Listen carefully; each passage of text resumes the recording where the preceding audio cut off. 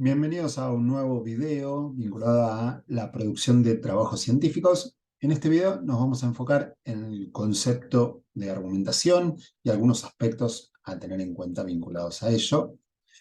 Dice Anthony Weston que la argumentación es ofrecer un conjunto de razones o de prueba en apoyo de una conclusión. En este sentido, no es simplemente la afirmación de ciertas opiniones, ni se trata simplemente de una disputa.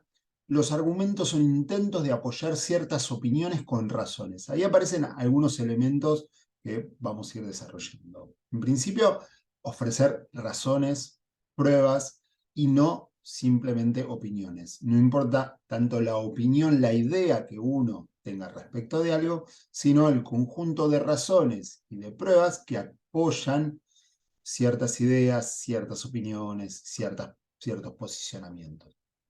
Y no se trata simplemente de una disputa con otro, pero incluye a un otro. Hay una argumentación hacia otro. No se trata solo de tratar de justificar lo que uno puede llegar a pensar, a plantear, a hipotetizar, sino de entender que hay un otro, que ese otro requiere argumentos y también tiene sus propios cuestionamientos al respecto.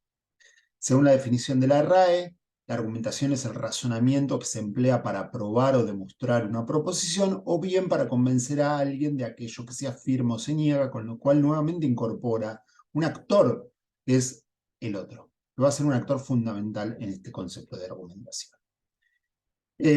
Dice el trabajo que compilaron Elena Valente, que editaron junto con Mónica García, todo texto argumentativo dialoga con otros, ya sea para acordar o discutir con ellos.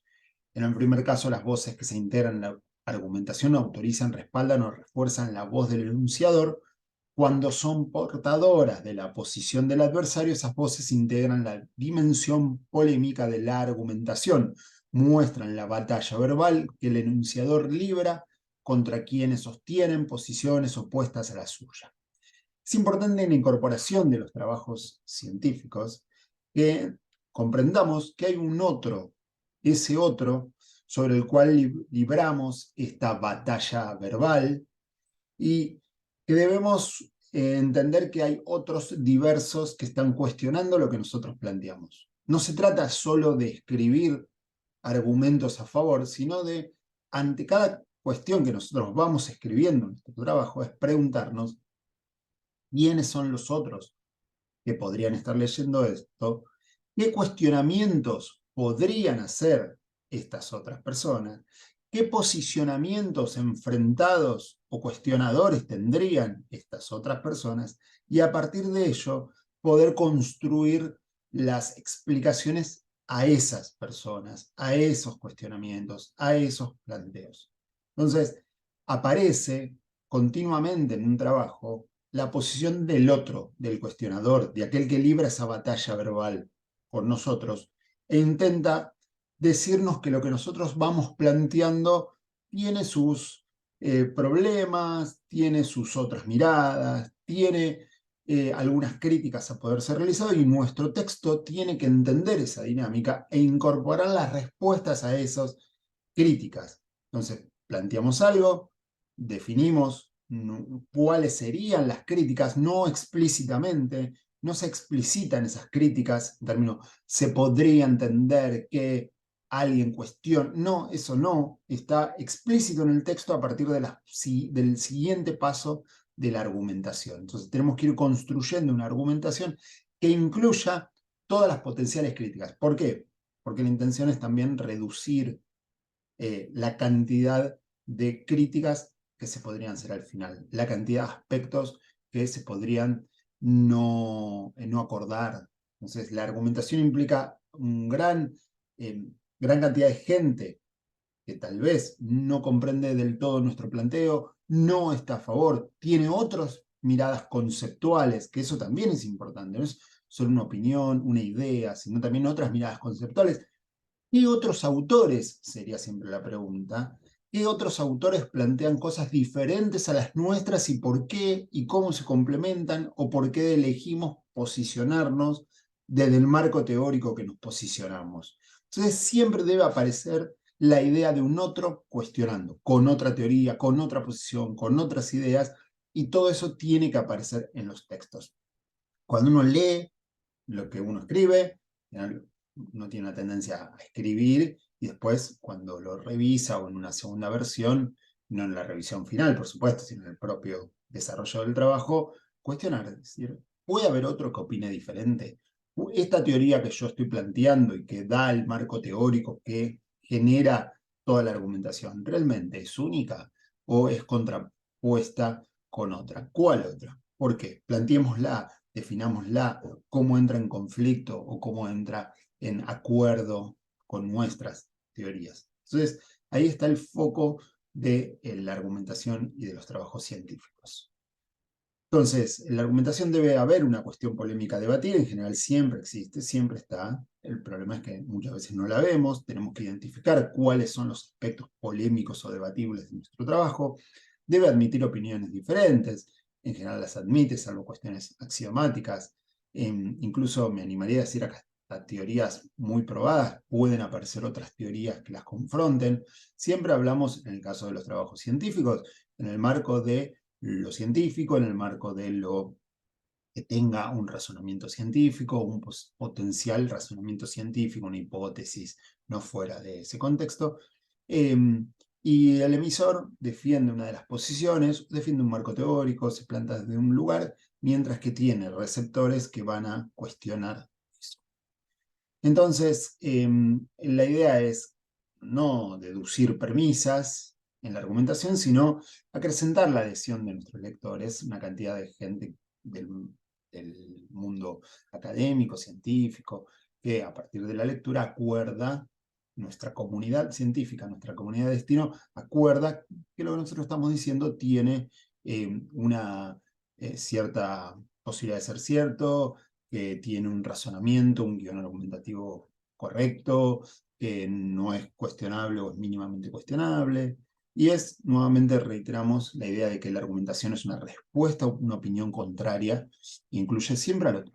Siempre hay un otro, siempre hay ideas diversas, y ese es el foco central de la argumentación en el trabajo científico, corrernos de nosotros, de los que escribimos, y pensarlo desde el lado de quienes nos leen y también tienen un cuestionamiento, porque no olvidemos además que en el mundo científico, académico, los otros son también muchas veces investigadores y gente del propio mundo que tiene sus propios desarrollos, sus propias teorías, sus propios antecedentes. Entonces, la argumentación vale tanto para confirmar hipótesis como para refutar, con lo cual no importa si lo que estamos, en qué camino estamos yendo, es darle potencia a eso que nosotros estamos trabajando. Algunas referencias sencillas sobre todo lo que venimos hablando.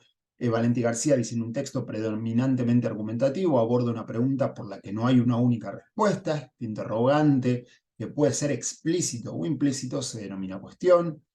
Planten dice: para una misma cuestión existe al menos un discurso y su opuesto, y la posición del enunciador respecto de una cuestión se denomina la hipótesis, y esa hipótesis puede estar explícita o implícita. Algunas consideraciones para el trabajo científico desde el concepto de las voces.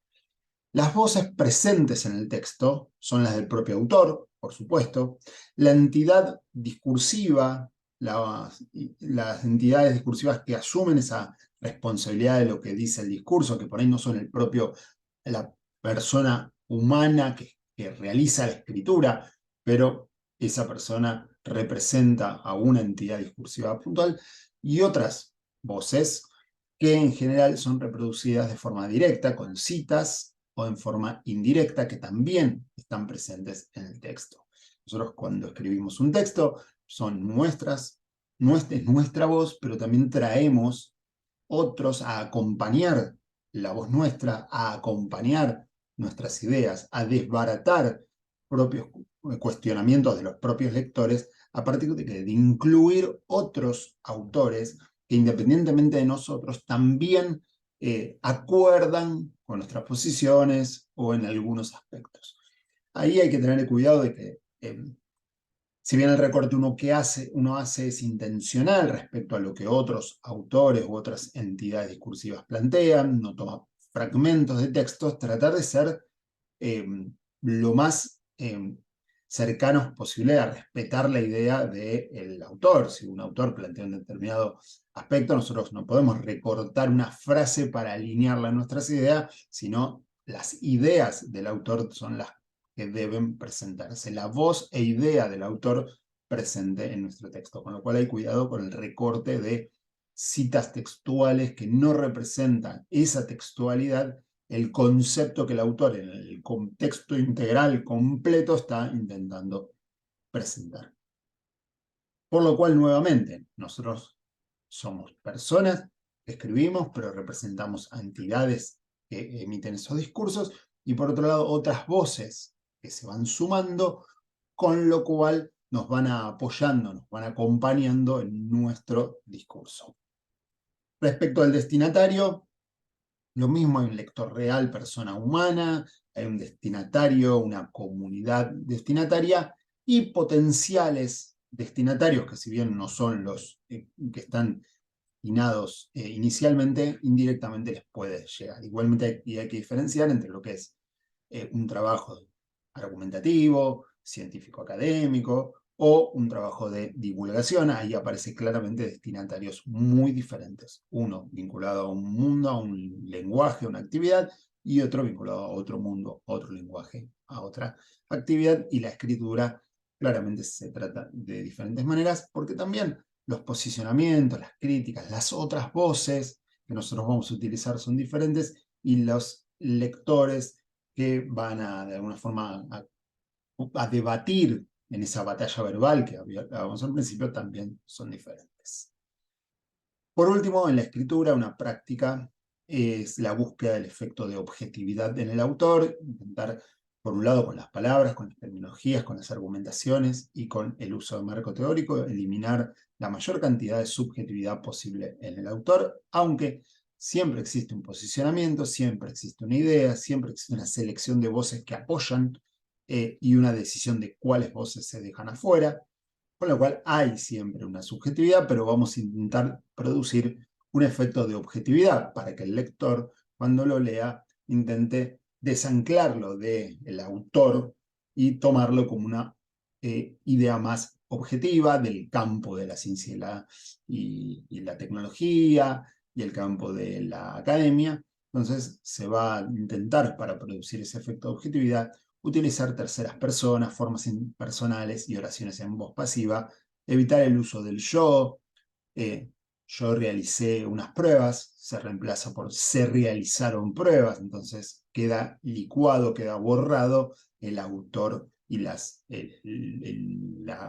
alguna forma, subjetividad o posicionamiento del autor, sino el intento siempre de una persona, de una forma impersonal, de forma que la lectura nos corra como autores y le dé una especie de halo de objetividad y algo independiente de las subjetividades humanas, de las ideas propias del autor, etc. Entonces, tratar de los trabajos científicos de darle valor a la argumentación, de comprender las voces participantes y finalmente buscar la objetividad o la presentación de objetividad, aunque nosotros sabemos que detrás se cuela finalmente las posiciones del autor.